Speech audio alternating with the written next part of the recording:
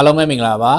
ကျွန်တော်တို့လေ့ကျင့်ခန်းလုပ်ပြီးသွားပြီဆိုလို့ရှိရင်ကျွန်တော်တို့ရဲ့ခန္ဓာကိုယ်မှာရှိနေတဲ့မဆယ်တွေကိုပြန်ပြီးတော့အကျော်လျှော့ပေးဖို့လိုအပ်ပါတယ်ဒါမှကျွန်တော်တို့ရဲ့ခန္ဓာကိုယ်ကပျော့ပျော့ပြောင်းပြောင်းနဲ့ကျွန်တော်တို့ပေါ့ပေါ့ပပဖြစ်ပြီးတော့နေလို့ထိုင်လို့သွားလို့လာလို့လှုပ်ရှားလို့ကောင်းမှာဖြစ်ပါတယ်ဒါကြောင့်မလို့ကျွန်တော်တို့လေ့ကျင့်ခန်းလုပ်ပြီးသွားရင်အခုကျွန်တော်ပြပေးထားတဲ့ဗီဒီယိုလေးကိုကြည့်ပြီးတော့အကျော်လေးကိုသိချလိုက်လျှော့ပေးပါခေါင်းလေးကိုကျွန်တော်တို့10စက္ကန့်လောက်လေးလက်ကလေးနဲ့ဖိပြီးတော့ကျွန်တော်တို့ညင်နေရအောင်1 2 3 4 5 6 7 8 9 10ပြီးရင်နောက်တစ်ခုကကျွန်တော်တို့ခေါင်းလေးအပေါ်လေးမော့မယ်ခေါင်းလေးပေါ်မော့တဲ့အခါမှာနှာခမ်းလေးဆူထားမယ်เนาะနှာခမ်းလေးစီထားမယ်နှာခမ်းလေးဆူထားမယ်1 2 3 4 5 6 7 8 9 10ပြီးရင်ခေါင်းလေးဘေးကိုဆောင်းထားမယ်လက်ကလေးနဲ့အသားလေးဆွဲထားမယ်ဒီဘက်ပခုံးကို relax လျှော့ချထားပါ1 2 3 4 5 6 7 8 9 10နောက်တစ်ဖက်ကိုဆက်လုပ်ပါ1 2 3 4 5 6 7 8 9 10နောက်တစ်ခုလက်ကလေးကိုဘေးမှာတက်တက်လေးဆန်တာတထောင်စစ်လေးရနေပြီးတော့ကိုယ့်ရဲ့ခန္ဓာကိုယ်ဘက်ကိုဆွဲကပ်မယ်1 2 3 4 5 6 7 8 9 10နောက်တစ်ဖက်ဆက်လုပ်ပါ1 2 3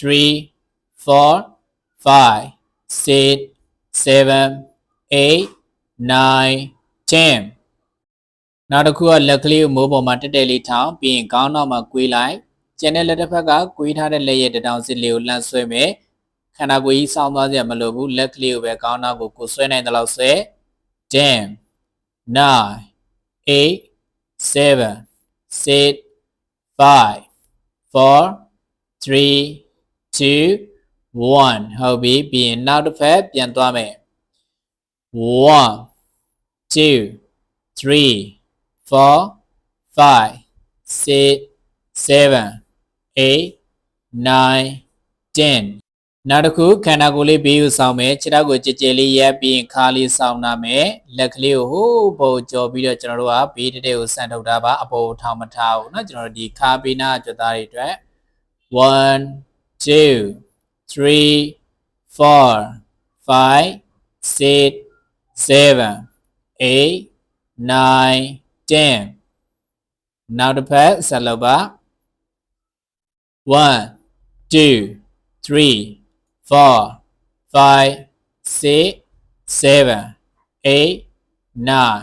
10နောက်တစ်ခုကကင်စရာရှိတဲ့နေရာလေးမှာရက်နေပါပြီးရင်ကျွန်တော်တို့ခြေထောက်တစ်ဖက်ကိုကွေးပြီးတော့ကျွန်တော်တို့ခြေထောက်ကိုဆွဲမယ်အကယ်၍ကိုက balance ထိန်းနိုင်တယ်ဆိုလို့ရှိရင်ခြေထောက်လေးတစ်ဖက်ကိုထောက်ပြီးတော့ကျန်တဲ့တစ်ဖက်ကိုကွေးပြီးတော့ဆွဲထားပါ1 2 3 4 5 6 7 8 9 10နောက်တစ်ဖက်1 2 3 4 5 6 7 8 9 10ပြီးရင်ကျွန်တော်တို့ခြေထောက်လေးတစ်ဖက်ကိုရှေ့ကိုတက်တက်လေးဆန့်ထုတ်ခြေပြားလေးချတာပါပြီးရင်ကျွန်တော်တို့နောက်မှာကြံနေတဲ့ဒူးလေးကိုနည်းနည်းလေးကွေးပြီးတော့ရှေ့ကိုဆန့်ထုတ်လိုက်တဲ့ခြေထောက်လေးကအပြည့်ဆန့်ထားပြီးတော့ခန္ဓာကိုယ်ရှေ့ကိုဖြောင်းဖြောင်းလေးချိုးပါ10 9 8 7 6 5 4 3 2 1ဘယ်ဘက်10စက္ကန့်ညာဘက်10စက္ကန့်စီလုပ်ပါပြင်မကိုလျှော့ဖို့ကျမ်းပြင်မှာလဲအိပ်ပြီးတော့ဒူးပေါ်ကိုခြေထောက်လေးကွေးတင်ပြီးရင်ဒူးလေးကိုလက်ကလေးနဲ့ဆွဲလက်နဲ့ဆွဲပြီးသွားရင်အောက်ကိုကျွန်တော်တို့ခေါင်းလေးကျမ်းပြင်နဲ့ထီအောင်ပြန်ချ1 2 3 4 5 6 7 8 9 10နောက်တစ်ဖက်1 2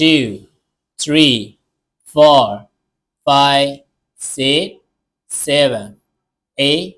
9 10ပြီးရင် hip flexor muscle ကိုရှော့ဖို့အတွက်ကျွန်တော်တို့ဒူးကိုထောက်ပြီးတော့ရှေ့ကိုခြေထောက်တစ်ဖက်ကြဲကြဲလေးလမ်းလိုက်ပါပြီးရင်ကျွန်တော်တို့အောက်ကိုရသလောက်လေးထိုင်ချလိုက်ပါ1 2 3 4 5 6 7 8 9 10နောက်တစ်ဖက်ခြေထောက်ခြေကိုကြည်ကြည်လေးလှမ်း1 2 3 4 5 6 7 8 9 10နောက်တစ်ခုကကျမ်းမြေမှာထိုင်လိုက်မယ်ဒူတစ်ဖက်ကိုကွေးထားပြီးတော့ခြေထောက်တစ်ဖက်ကိုဆန်တာပါကျွန်တော်တို့ဆန်ထားတဲ့ခြေထောက်လေးကိုလမ်းပြီးတော့ဆွဲပါကျွန်တော်တို့ရဲ့ခန္ဓာကိုယ်နဲ့ခြေထောက်နဲ့အနီးဆုံးရအောင်လို့အောက်ကိုကျွန်တော်တို့ကွေးဆင်းတာပါ1 2 3 4 5 6 7 8 9 10နောက်တစ်ဖက်1 2 3 4 5 6 7 8